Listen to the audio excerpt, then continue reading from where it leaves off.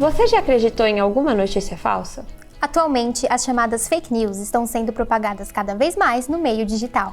Entenda o perigo da disseminação das notícias falsas e como o jornalismo digital vem lidando com essa situação. A desinformação gera caos. A gente já teve episódios de gerar caos pandêmico, a morte da Marielle também gerou um caos desinformativo bastante grave ligado à segurança pública. As mídias digitais, as redes sociais, elas influenciam no compartilhamento, né, das fake news, na medida em que essas informações elas são produzidas sem qualquer tipo de preparo, sem qualquer tipo de apuração, sem qualquer tipo de investigação. O meio digital hoje, ele é permeado por diversos produtores de conteúdo e não só conteúdo jornalístico. Então, há sempre nesse ambiente que ainda não tem regras muito definidas na legislação brasileira, há sempre um risco de produção de conteúdo não verídico, de conteúdo desinformativo. O meio digital é um meio que todos nós, é uma mídia que todos nós temos na mão, né? Pela própria facilidade de acesso, que deveria ser visto como com olhos melhores, porque é uma facilidade que é muito legal para nós, para jornalistas, para as pessoas em geral, mas ela dá essa rapidez, dá essa coisa de eu conseguir produzir um fake news à velocidade da luz. Isso demanda dos indivíduos dentro desse ambiente uma postura, um comportamento crítico. E é engraçado que isso vai na contramão do nosso tempo. Por quê?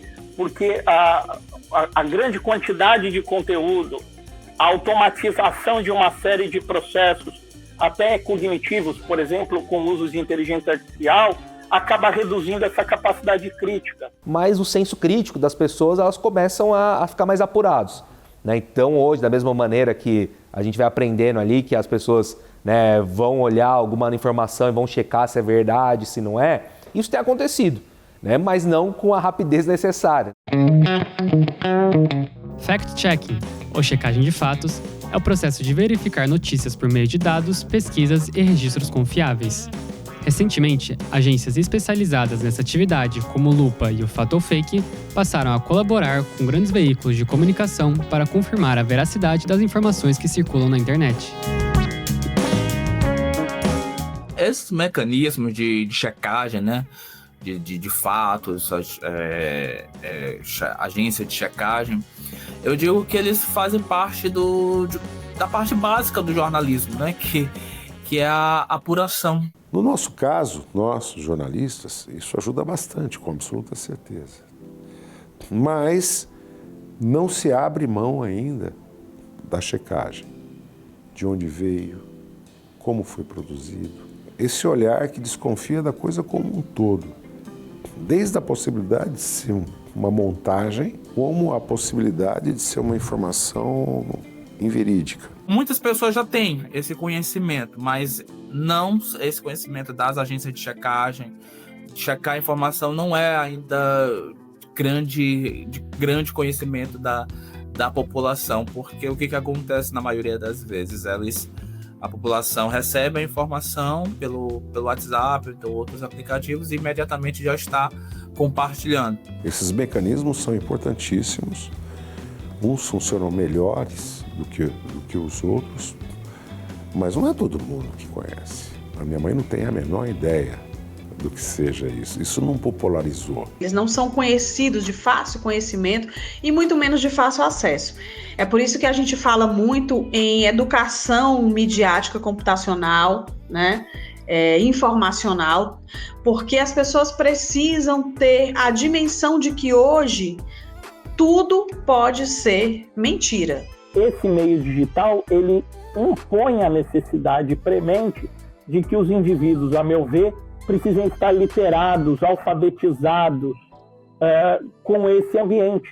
Porque aí, dessa forma, o indivíduo, conhecendo como funciona esse ambiente, as consequências dos atos, como que isso ocorre aí dentro mesmo que minimamente, eu entendo que isso serve como fator mitigador dos riscos ou dos danos potenciais que o ambiente da internet pode causar. O projeto de combate às fake news aprovado pelo Senado na última terça-feira está na Câmara dos Deputados, onde pode sofrer alterações. Olha, a importância da regulação das redes sociais, né, para o combate à fake news e à desinformação, ela é crucial, porque as redes sociais elas são, como se popularizou entre nós, um meio de difusão de todo tipo de informação e cujo uso ele é muito corriqueiro para toda a sociedade, né? Depende de que regulamentação é essa. Se for uma regulamentação séria, em que esses meios passam a responder por aquilo em que são canais, eu vejo aí uma questão de responsabilização. Da mesma forma como você, editor-chefe do seu jornal, é responsável por aquilo que você põe no ar. Se ocorrer um processo, esse processo vem em cima de você e vem em cima da empresa para a qual você trabalha. E elas precisam de critérios que deem transparência, que deem responsabilidade, né, a elas, responsabilidade civil, responsabilidade penal, sobre todo o conteúdo que circula nelas.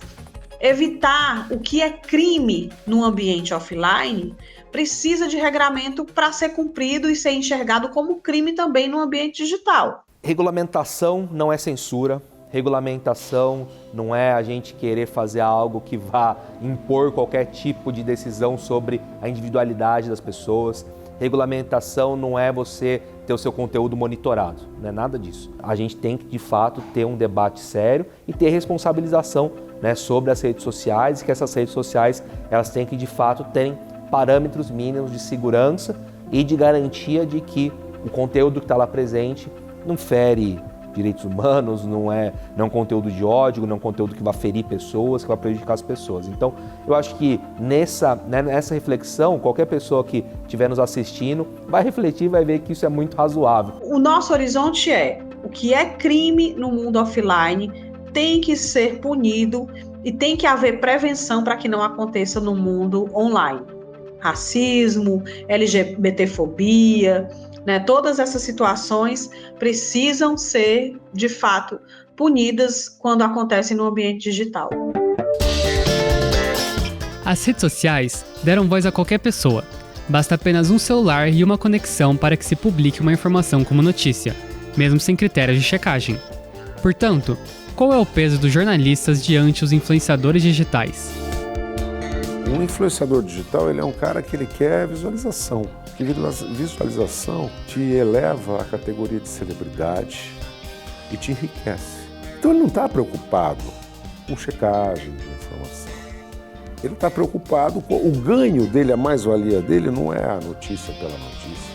O jornalista trabalha com a informação de relevante interesse público. O influenciador, o próprio nome já diz, ele trabalha com um conteúdo que tem mais similaridade com a propaganda, né, com propagar uma ideia ou um produto. Portanto, ele trabalha com vendas. Ele é um agente de venda, de ideia, de opinião, de produto. A pessoa que não é jornalista, que não tem um diploma de jornalismo, pode ir num restaurante, pode ir num jogo de futebol, pode ir numa peça de teatro e dar a opinião que quiser sobre isso. Só que qual é a diferença? A diferença é que uma opinião de uma pessoa que tem todo o direito de fazer isso, está registrado na rede social, tá ok? É um pouco diferente do trabalho jornalístico, de apuração, das técnicas jornalísticas, de quanto que a gente consegue, de fato, levar um tipo de informação muito específica, que é a informação jornalística, para a população. As fake news dominaram as redes sociais. Com isso, novas tecnologias e legislações estão sendo criadas para evitar que elas sejam disseminadas. Como principal alternativa, o jornalismo continuará lutando para passar informações verdadeiras e prezar pela credibilidade dos profissionais devidamente preparados.